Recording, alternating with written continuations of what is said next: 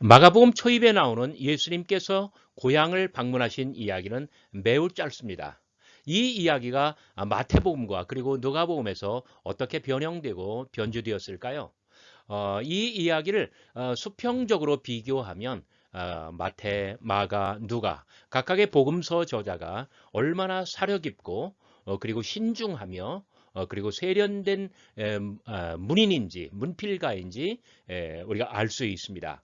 결론부터 말씀드리면 마가는 예수님께서 고난의 길을 결정하신 다음에 죽음을 다짐하신 다음에 모친을 어머니를 배우러 가는 마지막 여행이 됩니다. 그러니까 굉장히 비장하고 그리고 분위기가 무거울 수밖에 없어요. 거기에 비해서 마태복음에서는 그 예수님의 제자들이 기존의 가족들을 뒤로 하고 어떻게 진정한 새 가족이 되는가 그 이야기에 초점을 두었습니다. 거기에 비하면 또 누가는 어떻습니까? 누가야말로 가장 화려하게 가장 과격하게 이 본문을 변형시켰는데 바로 고향 방문을 어떤 갈릴리 사역 그리고 공생의 사역에 맨 앞으로 배치를 함으로써 취임 설교를 바로 그 안에 집어넣었다는 점이에요. 그래서 예수님의 공생애가 대단히 화려하게 어떤 개막식을 갖게 되는데 거기에 비하면 그에 필적할 만큼 아주 혹독한 이 배척의 어떤 배척을 직면하게 된다는 그러한 이야기로 누가는 오늘의 이야기를 연주하고 있습니다. 여러분 구체적으로 살펴보면서 본문을 직접 비교해 보도록 하겠습니다. 마가의 본문으로 시작해야 되겠죠. 6장 1절과 2절입니다. 예수께서 거기를 떠나사 고향으로 가시니 제자들도 따르니라. 안식일이 되어 회당에서 가르치시니. 자, 고향으로 가셨다. 제자들이 따랐다. 그리고 안식일이 되었다. 자, 공간, 시간. 그 다음에 제자들을 넣은 게 아니라 고향으로 가시는 어떤 그 과정을 이야기하는 거겠죠. 거기는 어디냐면 가버나움입니다. 그리고 고향은 어디냐면은 1장 9절에 나사렛이라고 나와 있습니다. 그런데 가버나움을 떠나 나사렛으로 가는 길, 이 길은 65km, 하루 길로는 대단히 벅찹니다. 이틀 길로도 굉장히 벅찹니다. 그러니까 예수님과 제자들은 아마 꽉 찬 이틀길, 1박 2일 길을 걸으셨을 겁니다. 안식일이 그런데 갔는데 안식일이 된 거예요. 그리고 회당에서 가르치셨다. 자, 구약성경 구원사에 나오는 세버스 안식일, 그다음에 성전 템플을 대신하는 회당, 자 이런 것들이 있네요. 그런데 이 제자들은 아무런 역할이 없거든요. 그러면 제자들은 여기에 왜 있을까요? 예수님께서 고향에서 배척당하시는 것을 제자들이 눈으로 목격하게 될 거예요. 요게 포인트입니다. 그런데 마가는 이 이야기를 어디에 배치했습니까? 바로 이 앞에 어떤 것들이 있냐면 4장 비유가 있죠. 4장 마지막에 항해가 있죠. 그리고 5장에서는 거라사 귀신 그리고 야이로의 딸과 혈루증 여인을 고쳐주시는 것. 바로 그런 이야기들을 통해서 예수라고 하는 분이 얼마나 이해하기 어려운 분인가, 예수의 말씀이 얼마나 헷갈리는가, 거기에 그와 더불어서 예수님의 사역도 굉장히 오해와 어떤 그 제자들 편에서는 오해와 혼란의 대상이 되는 거예요. 오늘의 사건도 예수께서 왜 도무지 배척을 받으시는지 제자들은 따르지만 그러나 아마 모르게 될 가능성이 큽니다. 자, 마태복음은 13장 53절부터 시작되네요. 그 전까지 뭐가 있어요? 거대한 어떤 비유를 통한 천국 가르침이죠. 13장 전체가 비유장이잖아요. 그래서 53절 예수께서 이 모든 비유를 마치신 후에 그곳을 떠나서 고향으로 돌아가셨다. 그곳 여기도 역시 가버나움에서 나사렛이 될 거예요. 그들의 회당에서 가르치시니. 자, 마가에서는 회당, 누가에서도 회당. 그런데 마태에서는 그들의 회당이라고 했습니다. 무엇을 뜻하나요? 그러니까 이 남들의 회당 이런 뜻이에요. 좀 더 적극적으로 말하면요. 좀 더 한 걸음 더 나가서 말하면 적대자들의 회당. 그러니까 마가 공동체와 기존 유대교를 아주 확연하게 나누어서 보려고 하는 마태의 아주 섬세한 손길이 들어가 있습니다. 가장 심하게 가장 많이 이 부분을 변형한 사람은 도표에서 보는 것처럼 대조표에서 보는 것처럼 누가입니다. 누가는 제가 이 부분 노란 바탕을 이 취임 설교를 넣었어요. 자, 예수님께서 4장 16절 그 자라나신 곳 나사렛에 이르사 그 자라나신 곳은 어디일까요? 자라나신 곳은 가버나움입니다. 이 바로 앞에 14절까지 13절까지 아마 12절까지인가요? 예수님의 시험 기사 유혹을 받으시는 이야기가 나와요. 그리고 14, 5절에 예수님께서 당신의 본 고장으로 가셨다. 그게 되면 가버나움이거든요. 자, 가버나움에서 자라났어요. 그런데 누가복음은 그러니까 탄생 기사가 베들레헴과 예루살렘 쪽을 중심으로 해서 펼쳐지잖아요. 그리고 이 3장 어디에 있나요? 누가복음 2장에 보시면 예수님께서 12살 됐을 때 예루살렘을 다녀오셔요. 가버나움 출발 예루살렘까지 먼 길을 다녀오셔요. 그 자라나신 곳은 바로 이런 것들을 연상하게 만들어줍니다. 그리고 여기 그냥 마가와 마태는 고향이라고 했는데 누가는 친절하게 나사렛이라고 아주 밝혀줍니다. 자, 누가에서도 안식일이 되었습니다. 자, 마태에서도 제자들, 그 다음에 누가에서도 제자들이 빠지네요. 그것은 무엇을 뜻하냐면 마태도 누가도 제자들 말고 오직 예수님에게만 집중하겠다는 그런 뜻입니다. 자, 늘 하시던 대로 회당에 들어가사 예수님께서는 평소에도 회당에 들어가 아주 습관적으로 그 다음에 경건하게 안식일만 되면 아마 회당 예배를 드리셨다는 뜻 같아요. 성경을 읽으려고 성경 이것은 지나친 오버입니다. 그냥 낭독하기 위해서 물론 성경을 낭독하는 거예요. 그래서 남겨도 되지만 그러나 직역 정신에는 이것을 빼는 게 낫습니다. 자, 낭독하래요. 성경 봉독을 위해서 뭐 이렇게 서셨다 그 뜻이에요. 선지자 이사야의 글을 드리거늘 61장인가요? 62장인가요? 그 본문을 예수님께서 지금 가지고 이야기를 하실 거예요.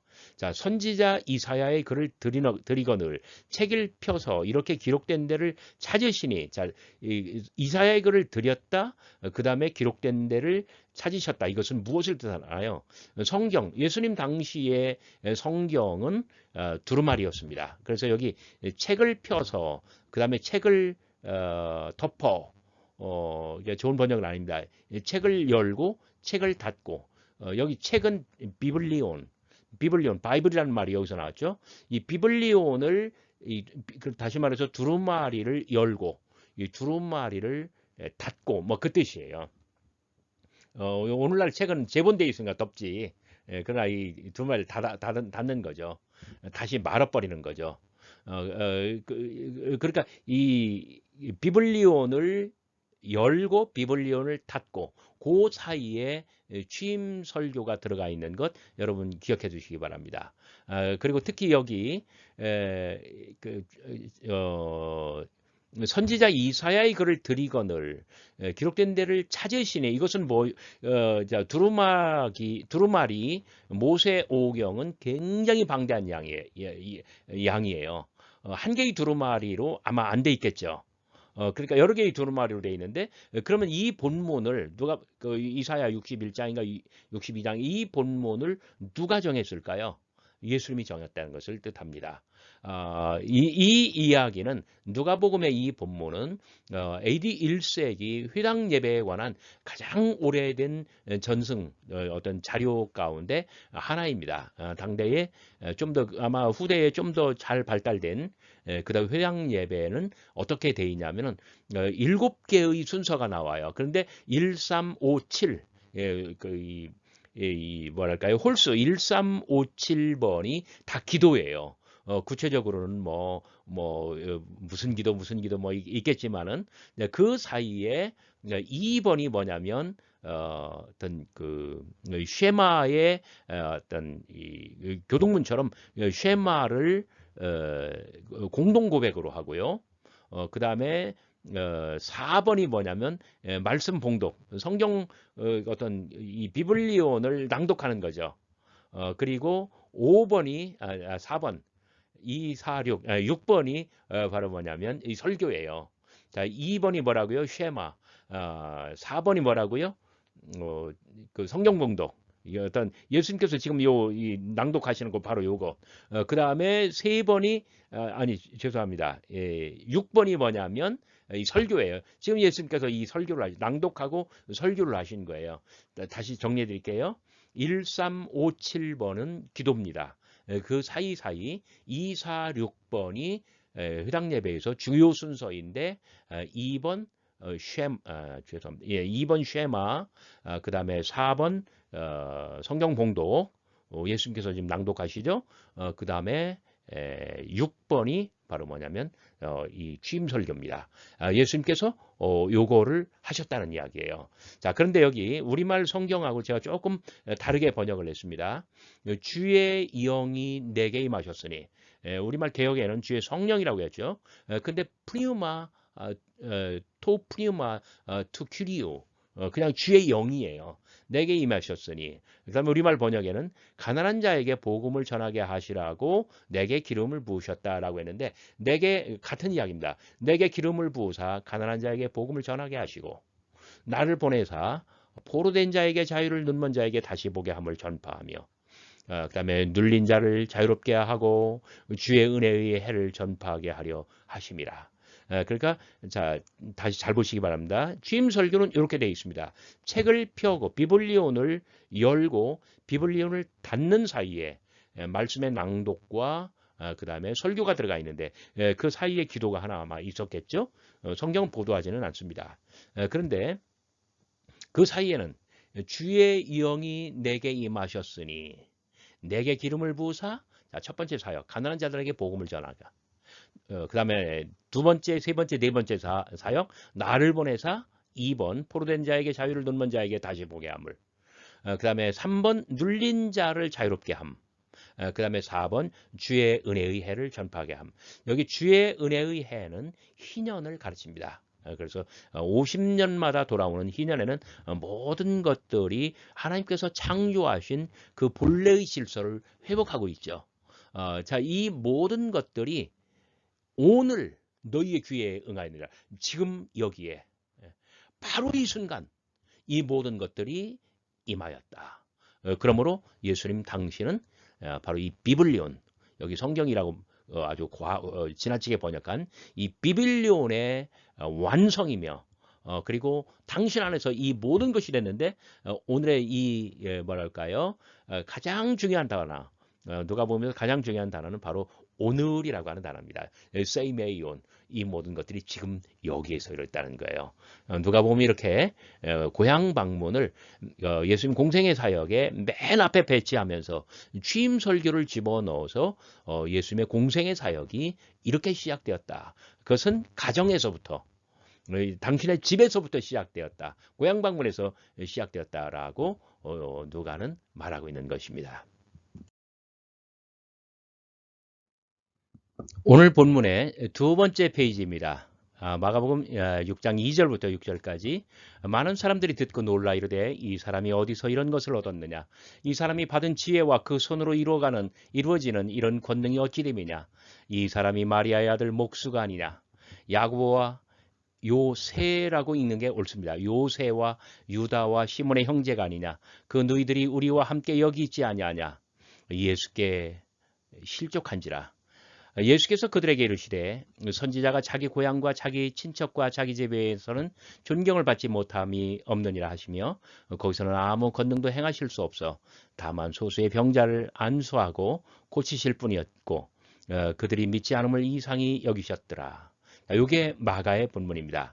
자, 마가복음에서는 자, 2절 많은 사람들이 듣고 아주 경탄의 경탄 이 감동을 받잖아요. 그런데 자, 요게 하나의 전환점이에요. 이 사람이 받은 지혜와 그 손으로 이루어지는 이런 권능이 어찌 됨이냐 하고 돌아보니까 이 사람이 마리아의 아들 목수예요.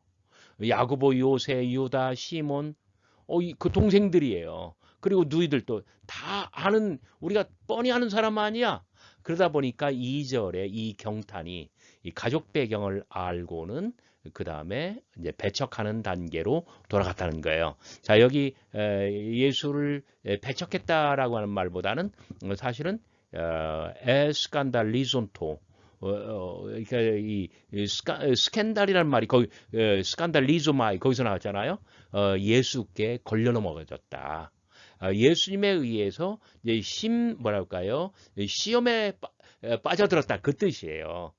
제가 이제 목회할 때 보니까 이제 뭐 제가 잘못해서 또 다른 사람이 잘못해서 시험 드는 경우도 많아요. 그런데 또 어떤 경우에는요 자진해서 시험 드는 경우도 있어요.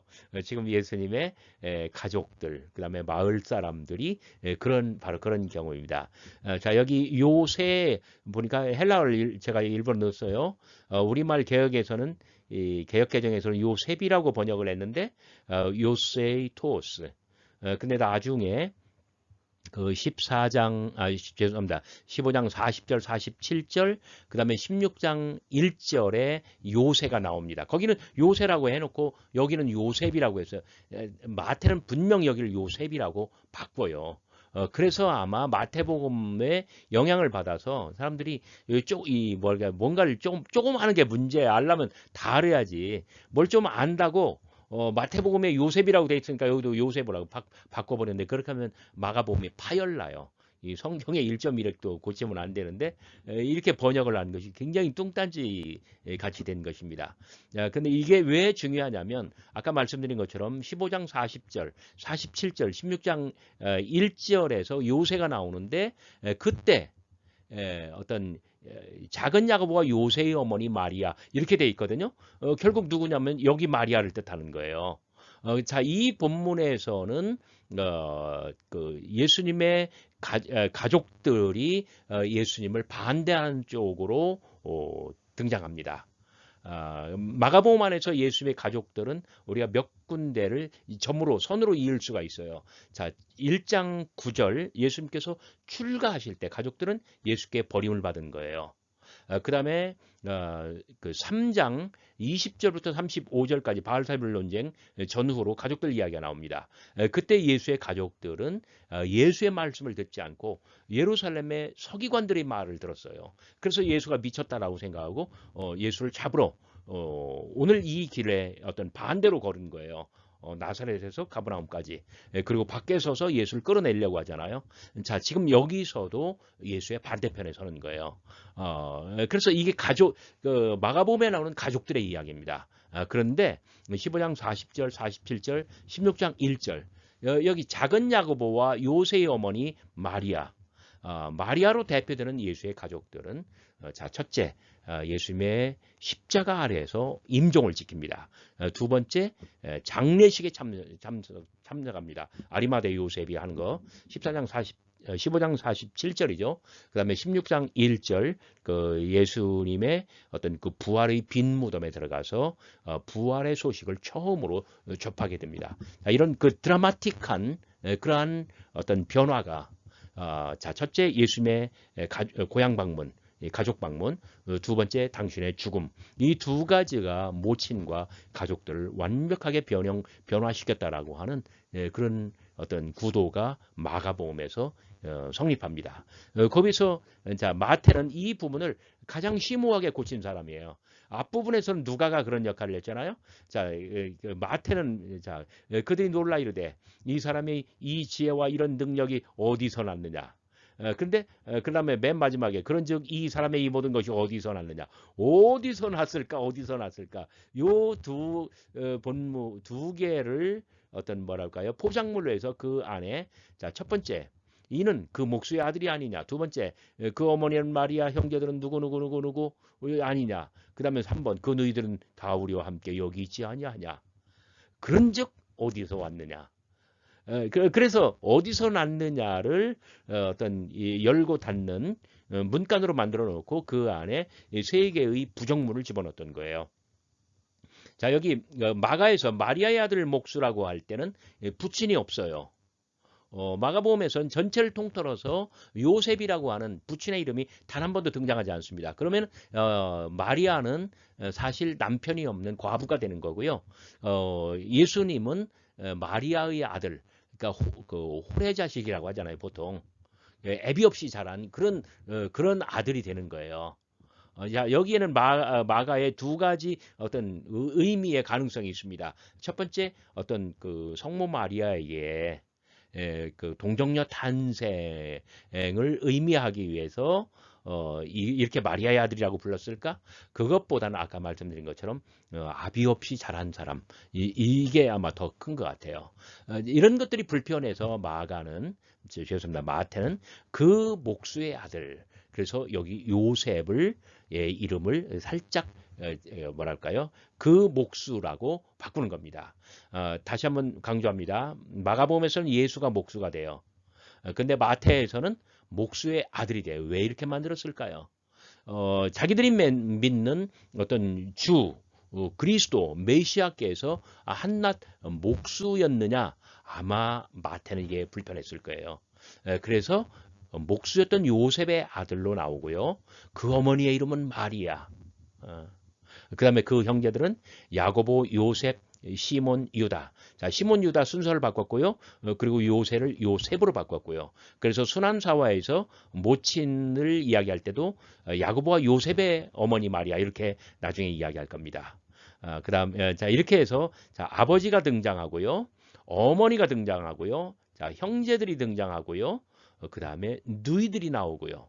자, 마가복음에서는 예수님이 결손 가정이었다고 한다면 마태복음에서는 풀 패밀리로 다 등장하고 있습니다. 그리고 마가복음의 본문을 비교적 이렇게 옮겼는데 그 예수님께서는 그들이 믿지 않음으로 말미암아 거기서 많은 능력을 행하지는 않았다. 많은 능력을 행하지는 않았다. 자, 여기서 마가는 그들이 믿지 않음을 이상하게 여겼죠. 그리고 이렇게 하니까 거기서는 아무 권능도 행하실 수가 없었다. 자, 요 말이 불편한 거예요. 아무 권능을 행사할 수가 없었다. 그러니까 이렇게 완곡하게 바꾼 거예요. 이것이 바로 마태입니다. 마태는 이 이야기를 다시 설명드리자면 비유 13장 비유장에다가 바로 뒤에다가 배치를 했어요. 자, 12장에서 예수님께서는 바리새인들하고 격렬하게 부딪히십니다. 그때 제자들의 존재는 거의 없어요. 완전히 숨겨져 있어요. 근데 13장에서 이 비유를 통한 이 천국 가르침을 다 받고요. 13장 51, 2, 3절에서 그들은 예수의 제자들은 천국의 제자된 서기관으로 거듭납니다. 그리고 지금 이 이야기를 통해서 가족들이 슬며시 배제됩니다. 그런데 13장 비유장 바로 앞에 무슨 이야기가 나왔냐면 바알세불 논쟁 통해서 자, 나의 참 가족이 누구냐? 밖에 있는 가족들이 아니라 둘러 있는 사람들을 가리키면서 오직 하나님의 말씀대로 행하는 자가 아니냐. 하나님의 뜻을 행하는 자가 아니냐. 그래서 예수의 제자들이 가족들을 밀어내고 어떤 대안적인 가족, 하나님 나라의 가족으로 천국의 가족으로 변하는 바로 그러한 어떤 뭐랄까 전환점에 마태는 이 이야기를 집어넣었던 것입니다. 자, 거기에 비해서 누가는 어땠을까요? 이 부분은 누가는 그렇게 많이 변형한 것 같지는 않아요. 자, 칭찬이 배반으로 바뀌는 것은 예수께서 요셉의 아들이기 때문입니다. 그래서 그 외에 자, 이런 이야기들 누가는 뭉뚱 다 뺐고 그리고 그 바로 앞선 이야기에서 취임 설교에서 정말 주의 영이 당신에게 임했고 은혜의 해가 오늘 당신에 의해서 이루어졌다고 한다면 그 증거가 뭐냐, 그 징조가 뭐냐, 그 표적을 우리에게 대라. 막 이런 그 맥락에서 의원의 이야기, 의사의 이야기를 여기서 집어넣습니다. 그래서 속담을 인용하면서 네가 가버나움에서 행한 일을 내 고향 여기 나사렛에서도 해봐라. 자, 가버나움과 나사렛을 어떤 대립 개념으로 설정을 합니다. 그러면서 내가 진실로 너에게 이르니 선지자가 고향에서 환영을 받을 자가 없더라. 자, 마가에서 옮겨온 말을 그대로 하고 있습니다. 자, 마지막으로 누가는 오직 누가만이 이 거대한 본문을 추가하였습니다. 내가 참으로 너희에게 이르노니 엘리야 시대에 하늘이 3년 6개월 동안 닫혀 온 땅에 큰 흉년이 들었을 때에 이스라엘에 많은 과부가 있었으되 엘리야가 그중 한 사람에게도 보내심을 받지 않고 오직 시돈 땅에 있는 사렙다 과부에게만 갔다. 또 두 번째 동그라미 2번 또 선지자 엘리사 때에 이스라엘에 많은 나병 환자가 있었으나 그 중에 한 사람도 깨끗함을 받지 못하였고 오직 시리아 나만뿐이었다. 자, 이 두 가지 엘리야 시대 엘리사 때에 누가는 이 두 개의 이야기를 집어넣습니다. 굉장히 아주 특별한 부분입니다. 왜냐하면요, 나중에 누가복음 말미에서 오직 그 누가만이 예수님의 승천을 보도해요. 오직 누가만 예수님의 승천을 이야기해요. 그런데 엘리야와 엘리사는 사제지간이잖아요. 근데 엘리야가 이제 죽을 날이 승천할 기약이 가까웠어요. 그러니까 엘리야가 자기는 죽으러 간다고 이야기를 해요. 하나님께 돌아간다고. 그러니까 엘리사가 끝까지 따라가요. 오지 말라 해도 스승을 따라가요. 그리고 요단강을 건너는데 엘리야가 겉옷을 둘둘 말아가지고 이 망토로 요단강을 치니까 갈라지잖아요. 엘리사가 함께 건넜어요. 모세 때에 이스라엘이 홍해를 건너듯이. 그런데 벼랑간 하늘에서 회리바람이 오고 불병거가 내려와 엘리야가 들림받습니다.